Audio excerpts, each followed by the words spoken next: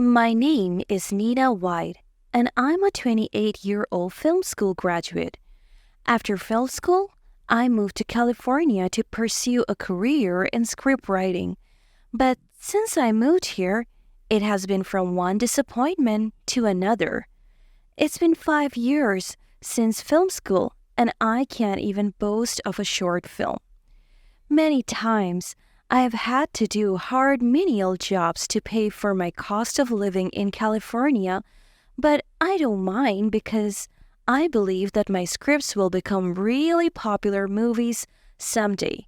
One evening after work, I got a message from my stepmother.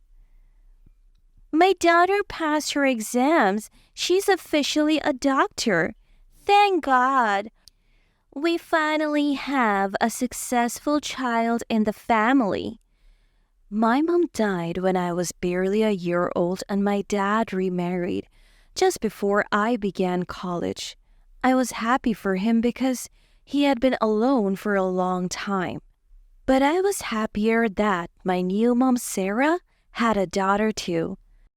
Sandra was a year older than me and I thought we got on quite well. But I was wrong. When the marriage ceremony between my dad and Sarah came to an end, they suddenly became so hostile to me and I couldn't understand it. It was like I was dealing with strangers.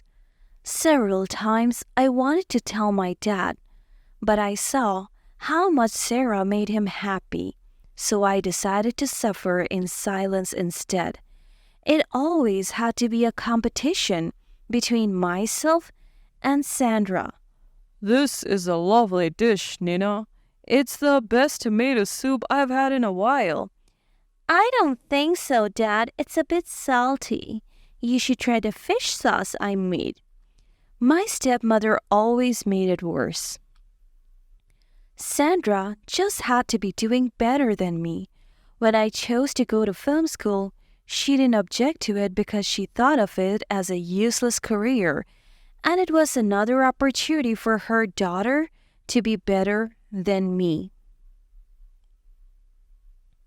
Well, I eventually realized that emailing scripts to producers and waiting on them outside audition centers was not working, so I decided to try another strategy. I applied for jobs as a crew member for several local film productions to enable me to get closer to producers, and thankfully, I got a job. It was a huge breakthrough, and surprisingly, the pay was great. On my way out of the interview center, I met a man looking so sad just outside the building, so I approached him to see if I could help at all. Hello, are you okay? Not really. I did not get the role I auditioned for. Do you mind talking with me for a few minutes? We found a cafe and spoke about what happened.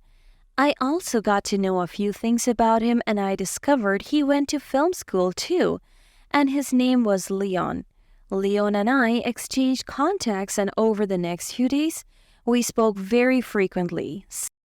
Sometimes I would attend some auditions with him for moral support and other times he would be waiting to take me home after work. As soon as we discovered that we liked each other as more than friends, we began dating. I was pleased with myself. I had a good job and a man who was kind to me. It helped me forget about my troubles at home. Months after we began dating, I came up with an idea to start a YouTube channel series with Leon as a male lead character. He was a fantastic actor, and I felt we could both combine our talents and produce something remarkable. That's a fantastic idea, Nina. But I don't have the resources for that, and I don't want to put the financial pressure on you. It's a great move. This could turn out to be a huge project for us, and don't worry about the finances. I'll pay for what we need, and I know a few people from work who would be willing to act for a lesser price. We finally agreed to work together and slowly began executing our plan.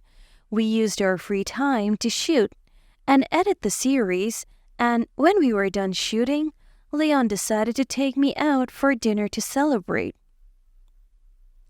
I thought it was a random dinner, but he actually planned a proposal. Will you marry me, Nina? Are you sure? Well, we met 6 months ago.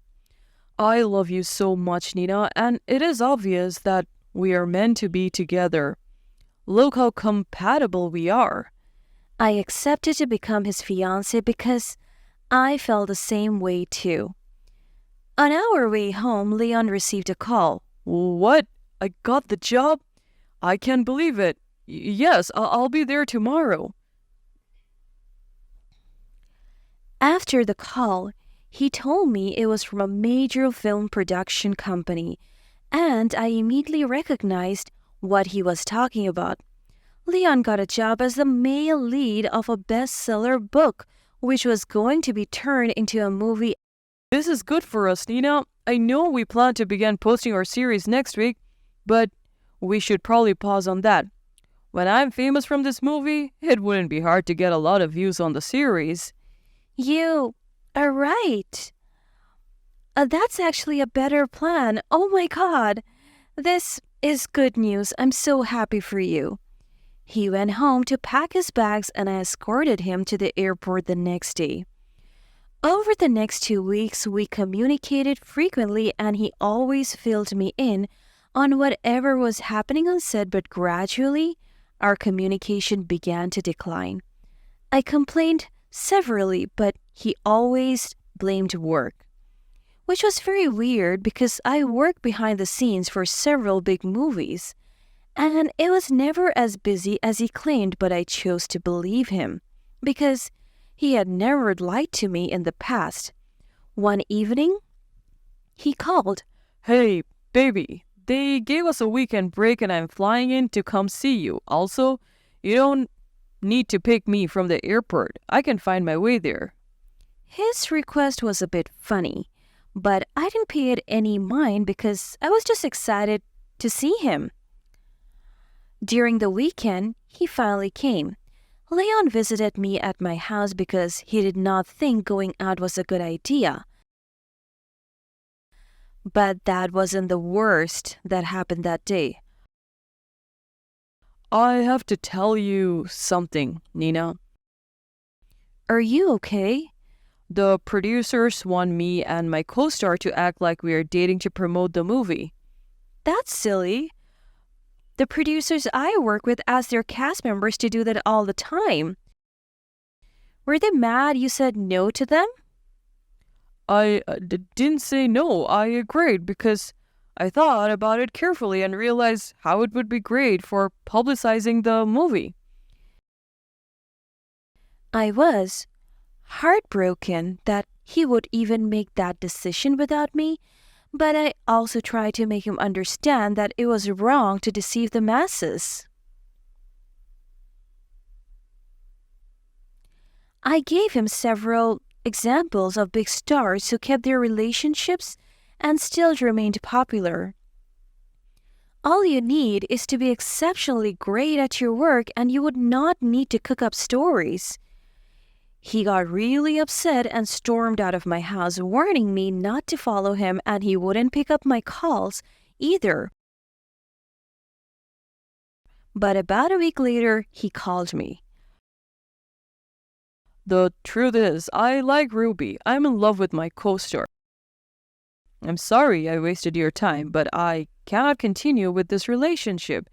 And as for our series, I took the flash drive when I was at your house. I'm not comfortable with you releasing a series that has me featuring in it. The flash drive has been destroyed. That's not fair, Leon. I paid for every expense that was made in that movie. Yeah, but you did not pay me. He ended the call and blocked me afterwards because I tried several times to call him, but it did not connect. Minutes after the call, I got a message from my stepmother. Your sister just got engaged. Your dad is so happy. I began to cry, because I realized how alone I was. I had no fiancé, my work was stolen, and I wasn't getting much support from my family. I knew my dad loved me, but with my stepmom in the picture, he felt unreachable. I had no option but to move on with my life as usual. Few months later, I received an email. It was from a producer, not just any producer, but one of the best. He wanted to turn my script into a movie, and he asked me to co-direct with a popular director. I never imagined I would get feedback from him when I sent the email. I was only trying my luck. Life became so busy for me and we started hosting auditions. On the second day of auditions, I saw Leon waiting to be auditioned. Nina? Leon, what are you doing here? I'm sorry. I'm sorry I hurt you. I made a big mistake. I'm sure you heard the movie I got the lead for couldn't air on TV because of its strong political views. No. I did not hear anything about the movie. He asked if I was working there now, and I told him it was my set, and I was auditioning for people. Please, Nina, give me the job. You know how well I act. I gave you a chance before, and what did you do with it? I forgave him for hurting my feelings, but I refused to waste any more time with him. I left him standing there and I never saw him in the audition hall. So I guess he decided not to audition anymore. After many months of shooting, the movie was released and as expected, it was a huge hit. My dad was there for the premiere, but Sandra and my stepmom made excuses to avoid coming for the event, but that's okay. The movie was everywhere and I was getting the recognition I deserved. So whether or not they showed up, as long as they went to the supermarket, park, or wherever, they would always see posters of my film or hear people talking about it.